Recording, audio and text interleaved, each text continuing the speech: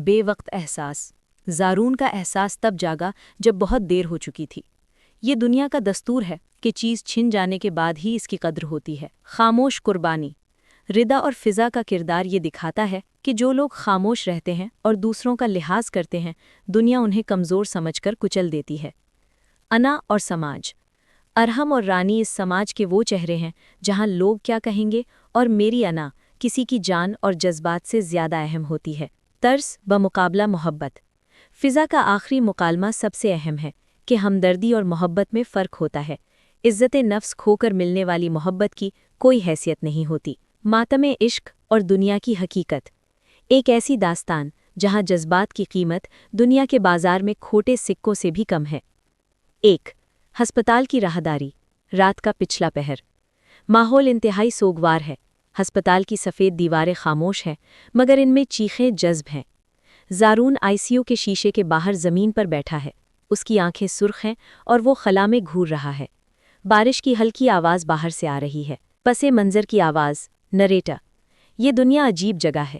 یہاں انسان کی قدر تب ہوتی ہے جب وہ کاندھوں پر اٹھا لیا جاتا ہے۔ جب تک وہ زندہ رہتا ہے اسے اپنے وجود کا یقین دلانے کے لیے چیخنا پڑتا ہے، سسکنا پڑتا ہے۔ اور محبت اس دنیا کا سب سے بڑا دھوکہ ہے۔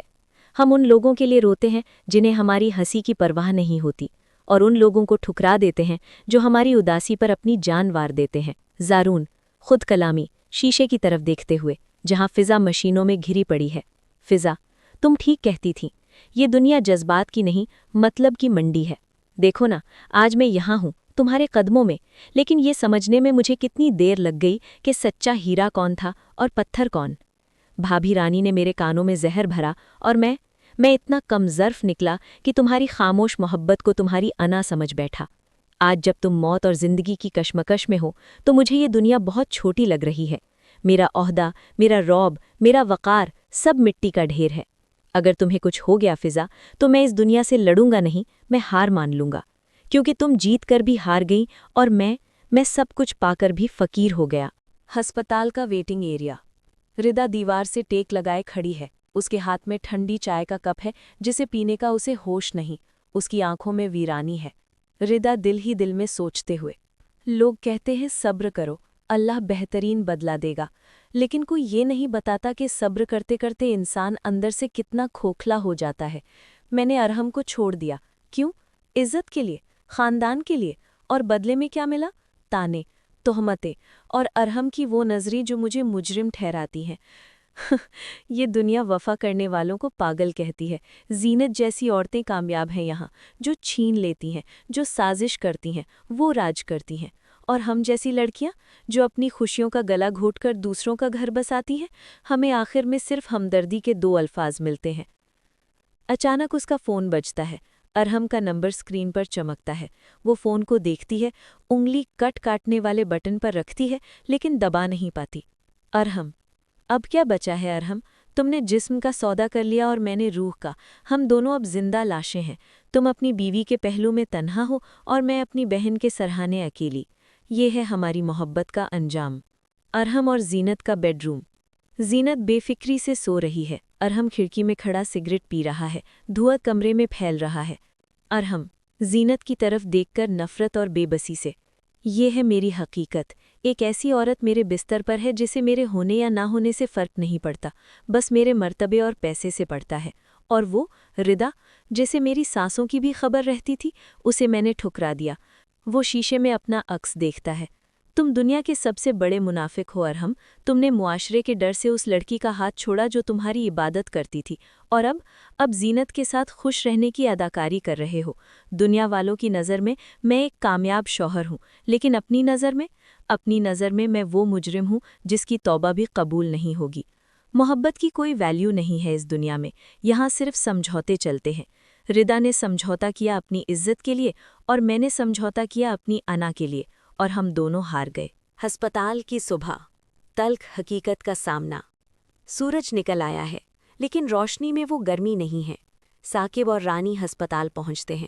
رانی کے چہرے پر اب بھی وہی مصنوعی فکر ہے۔ رانی ثاقب سے، دیکھا ثاقب، میں نے کہا تھا نا یہ لڑکیاں ڈرامے باز ہیں۔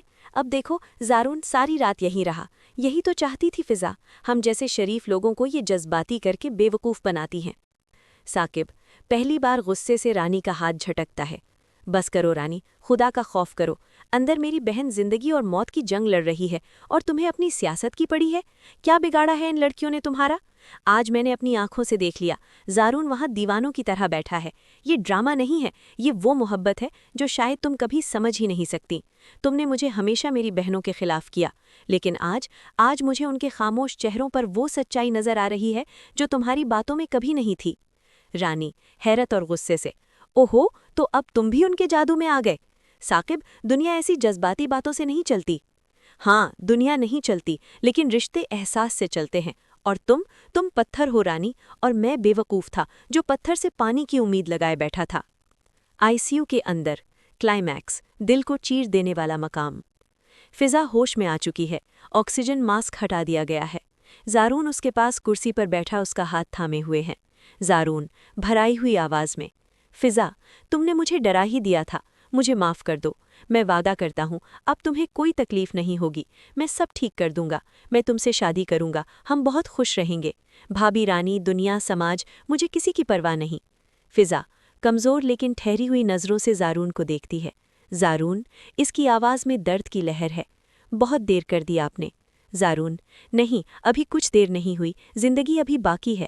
فضا تلخ مسکراہٹ کے ساتھ، زندگی تو باقی ہے زارون، لیکن وہ فضا مر گئی ہے جو آپ کی ایک نظر کے لیے ترستی تھی۔ آپ جانتے ہیں محبت کیا ہوتی ہے؟ محبت مان نہیں، محبت بھرم ہوتی ہے، اور آپ نے میرا وہ بھرم اس دن توڑ دیا تھا جب آپ نے اپنی بھابھی کی جھوٹی باتوں پر یقین کر کے میرے کردار پر شک کیا تھا۔ میں شرمندہ ہوں فضا، مجھے ایک موقع دو۔ فضا اپنا ہاتھ آہستہ سے کھینچ لیتی ہے۔ موقع کس کو دوں زارون؟ اس شخص کو جو تب آیا جب میں گولی کھا کر بستر پر پڑی ہوں؟ یہ محبت نہیں ہے، یہ ترس ہے، اور فضا یتیم ہو سکتی ہے لیکن بھکاری نہیں۔ مجھے وہ محبت نہیں چاہیے جو میری عزت نیلام ہونے کے بعد بطور ہرجانہ دی جائے۔ آپ جا سکتے ہیں، رانی بھابھی جیت گئیں، کیونکہ اب اگر آپ مجھے سونے کے ترازو میں بھی تول کر دیں گے تو بھی میرا دل نہیں مانے گا۔ میرا دل ٹوٹا نہیں ہے زارون، یہ مر گیا ہے، اور مردہ دلوں میں محبت کے پھول نہیں اگتے۔ زارون کے آنسو اس کے ہاتھ پر گرتے ہیں۔ فضا چہرہ دوسری طرف موڑ لیتی ہے، اس کی آنکھ سے ایک آنسو نکل کر تکیے میں جذب ہو جاتا ہے۔ دنیا کی حقیقت۔ کیمرہ ہسپتال کی کھڑکی سے باہر شہر کے شور شرابے کی طرف جاتا ہے۔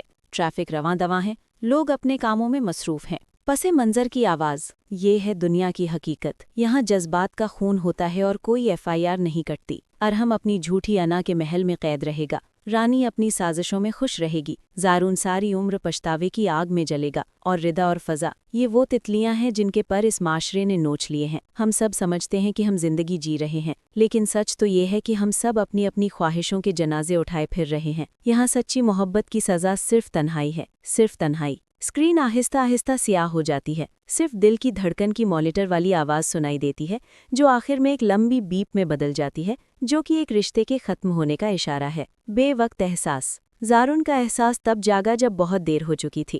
یہ دنیا کا دستور ہے کہ چیز چھن جانے کے بعد ہی اس کی قدر ہوتی ہے۔ خاموش قربانی۔ ردا اور فضا کا کردار یہ دکھاتا ہے کہ جو لوگ خاموش رہتے ہیں اور دوسروں کا لحاظ کرتے ہیں، دنیا انہیں کمزور سمجھ کر کچل دیتی ہے۔ انا اور سماج۔ ارحم اور رانی اس سماج کے وہ چہرے ہیں جہاں لوگ کیا کہیں گے اور میری انا کسی کی جان اور جذبات سے زیادہ اہم ہوتی ہے۔ ترس بمقابلے محبت۔ فضا کا آخری مکالمہ سب سے اہم ہے کہ ہمدردی اور محبت میں فرق ہوتا ہے۔